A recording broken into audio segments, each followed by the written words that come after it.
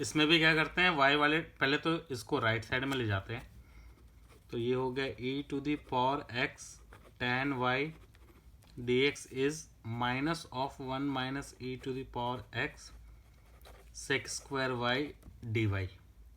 ठीक है, अगर इस माइनस को अंदर मल्टीप्लाई कर दे तो ये इंटरचेंज हो जाएगा, तो हो गया e to the power x tan y dx is e to the power x minus 1 sec square y dy। अब क्या करते हैं हम लोग, x वाले टर्म को एक तरफ और y वाले टर्म को एक तरफ करेंगे, तो आ जाएगा क्या, आ गया हमारा e to the power x upon e to the power x minus 1 dx, और इधर हो गया sec square y by tan y dy। दोनों तरफ इंटीग्रेट कर देते हैं। इसका derivative e to the power x होगा, क्योंकि ये सेम रह जाता है और 1 का 0 हो गया। तो इसको अगर हम लोग t सपोज करें तो इसका डेरिवेटिव है, इसको t सपोज करें तो इसका भी डेरिवेटिव है। तो अगर सीधा सीधा हो रहा है तो सीधा log ऑफ दिस लिख सकते हैं हम लोग। तो log of e to the power x minus 1 log of tan y। मैंने बताया कि जब भी सब कुछ log में आए तो हम लोग कांस्टेंट को भी लिखेंगे log c। ये प्लस में है तो मल्टीप्लाई हो जाएगा,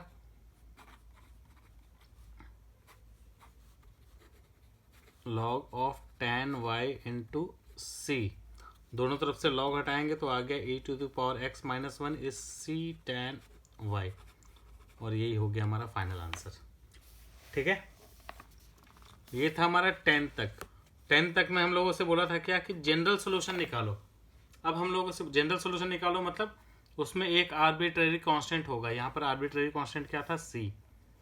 क्योंकि जितने भी क्वेश्चन हमने करे हैं सारे फर्स्ट डेरिवेटिव के थे, इसलिए एक ही आर्बिट्रेरी कांस्टेंट आएगा। डबल डेरिवेटिव का हम लोग को पढ़ना नहीं है, तो एक ही कांस्टेंट आएगा। ठीक है,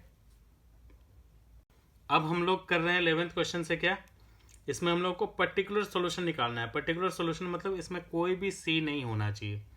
तो उसके लिए हम लोगों को y की वैल्यू और x की वैल्यू दे रखी है, तो हम लोग सब कुछ सॉल्व करके c तक तो लाएंगे, फिर बाद में x और y की वैल्यू जैसे यहाँ तक आ गया, x और y की वैल्यू पुट करा, c आ गया, फिर c की वैल्यू को पुट करके हम लोग रिप्रेजेंट करते हैं।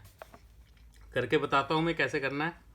तो दे रखा है क्या, x cube plus x square plus x plus 1 d y by d x is equal to 2x square plus x. ये तो हमारा जैसे क्वेश्चन सॉल्व कर रहे थे वैसे ही करेंगे। जब c के फॉर्म में आएगा तो वहाँ पर x और y की वैल्यू हम लोग ये पुट करके c की वैल्यू फाइंड करेंगे कि क्या होगा। y के टर्म को एक तरफ, x के टर्म को एक तरफ करते हैं, तो हो गया d y is equal to 2x square plus x d x upon this x cube plus x square plus x plus 1, और दोनों तरफ इंटीग्रेट कर लेंगे। इसका इंटीग्रेशन तो हो गया y। यहाँ पर कैसे करेंगे, ये तो 2x स्क्वायर प्लस एक्स होगा, नीचे ये फैक्टराइज हो सकता है, तो इसको लिखेंगे अगर एक्स स्क्वायर कॉमन लिया जाए तो x प्लस 1, और यहाँ से 1 कॉमन लो तो x प्लस 1। तो ये हो गया y is equal to 2x square plus x plus 1 x square plus 1 dx। इसको हम लोग यहाँ पर पार्शियल फ्रैक्शन यूज़ करेंगे।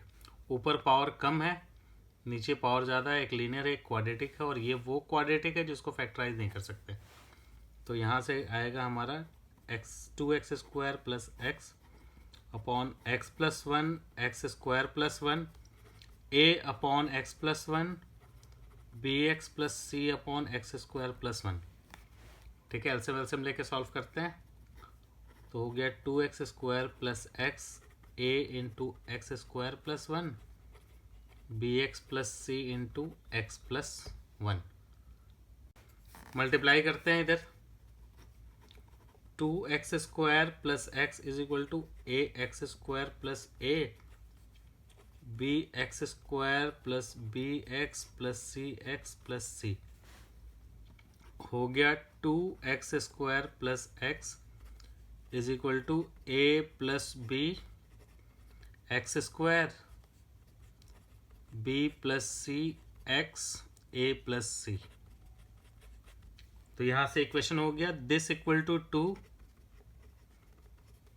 This equal to 1 and this equal to 0। ठीक है, सब कुछ प्लस में आ रहा है, सबको अगर हम लोग ऐड कर दें तो हो जाएगा 2a 2b 2c, तो 2 कॉमन ही ले लेते हैं, इज इक्वल टू 3। तो a प्लस बी प्लस सी की वैल्यू आ गई 3/2। ठीक है,